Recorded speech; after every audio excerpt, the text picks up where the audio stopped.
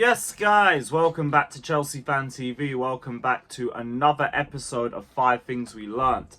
Shout out to everybody that's locked in. Hit the like button, subscribe, all of that crap.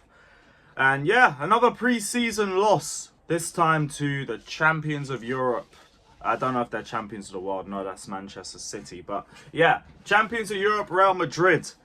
We lost 2-1. Maresca out, standard, and all of that crap.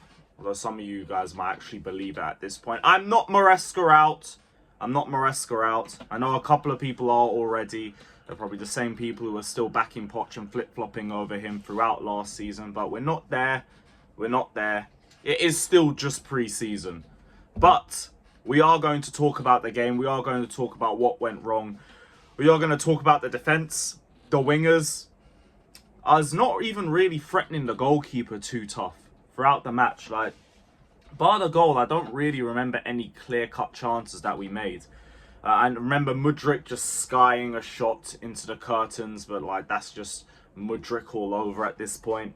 Mark Hugh had a shot from range. There was a good cut 1-2 between Gusto and Sterling that led to what would have been a really great opportunity for Nkunku, but he just couldn't get there at the right time.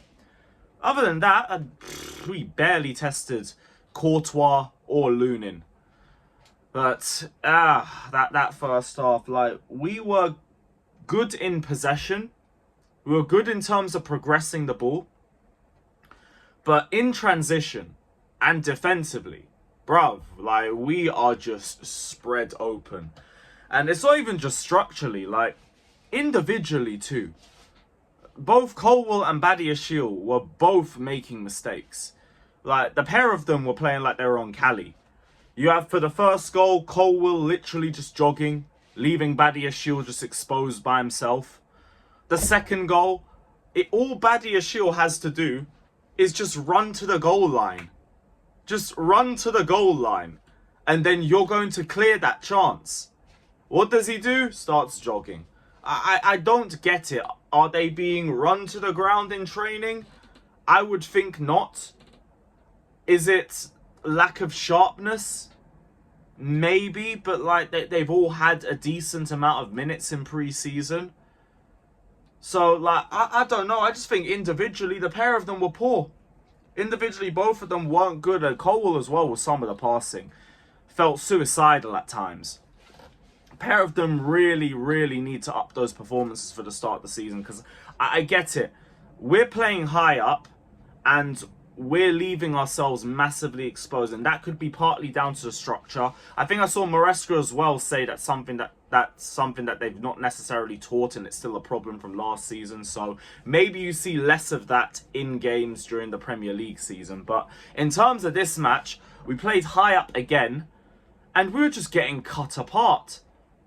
Every single, well, most of the big chances and both goals came down to runs in behind. And that's been a problem throughout pre-season. It was just like Madrid already knew that, and they just centered in on that problem throughout the whole first half. And I'm only saying first half because I feel like both teams took their foot off the gas in the second. That last 30 minutes was genuinely like watching paint dry. Both teams just wanted to end the game and go straight to the airport. First half, we were just getting carved open. We need to figure out our pressing game. We need to figure out who's marking who. Because players are either ball watching, or they're jogging, or they just look straight up lost. And like, we just look like an absolute mess when it comes to defending transitions or defending runs in behind. And that was going to be my second point. And it kind of leads into my third point as well, where we're going to talk about the wingers. Noni and Sterling started, which we did want to see, especially after the Man City game, because both of them were a lot better for Chelsea when they came off the bench.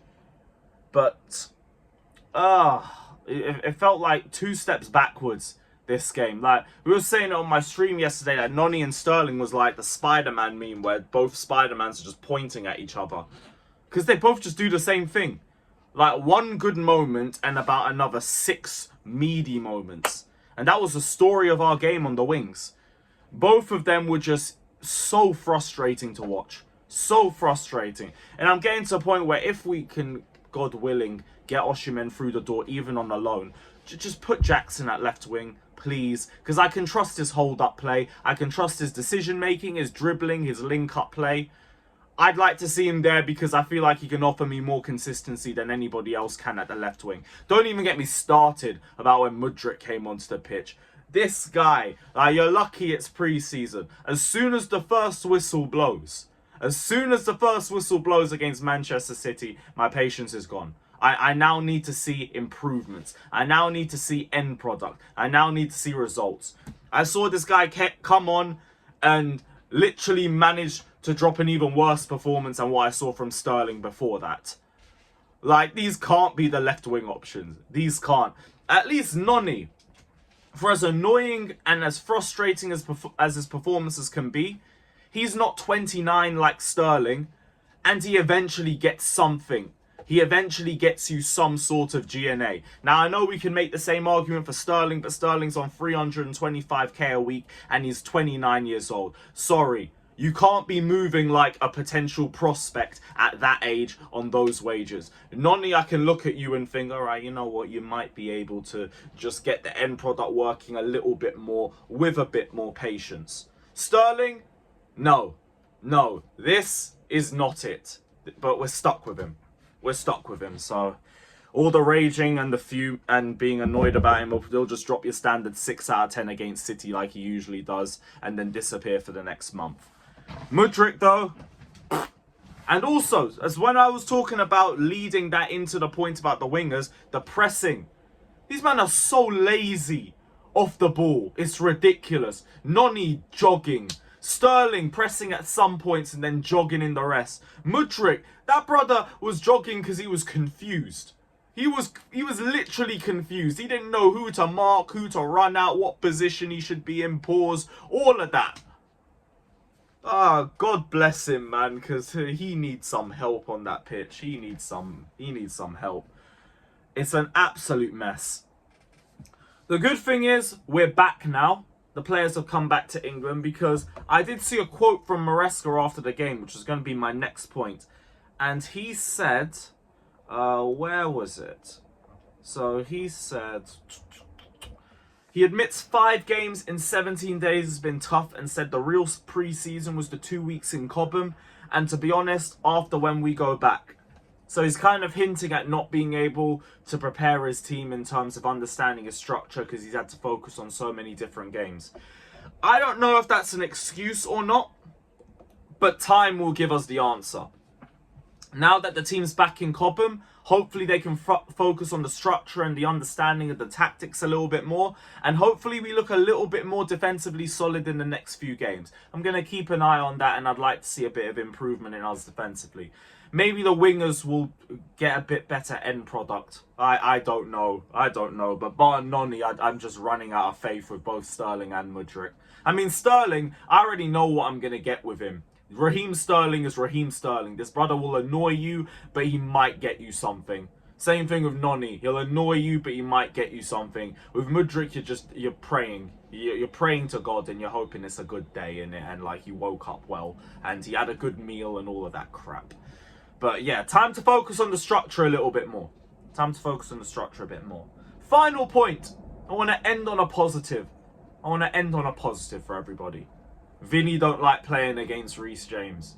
Vinny hates playing against Reece James. Every single time this guy tried to get past Reece James was just on him. Even the times where he done him 1v1, Reece just got back and recovered. That's my favourite rivalry in football, man. Vinny versus Reece James, because it's such an even matchup. And there's no disrespect to Vinny. Vinny's a sensational winger. He's one of the players up for Ballon d'Or. All of that. So all the Madrid ultras, calm down. But he don't like playing against Reece James. Reece James and Vinny is like Rock versus Stone Cold. Roman Reigns versus Cody Rhodes. Cena versus Edge and all of that crap. So yeah, there's your positive, guys. That and Enzo and Lavia had good games. So shout out to them. But yeah, big up to everybody that's locked in. Hit the like button, subscribe, all of that crap. Maresca and all of that. Up the Chelsea.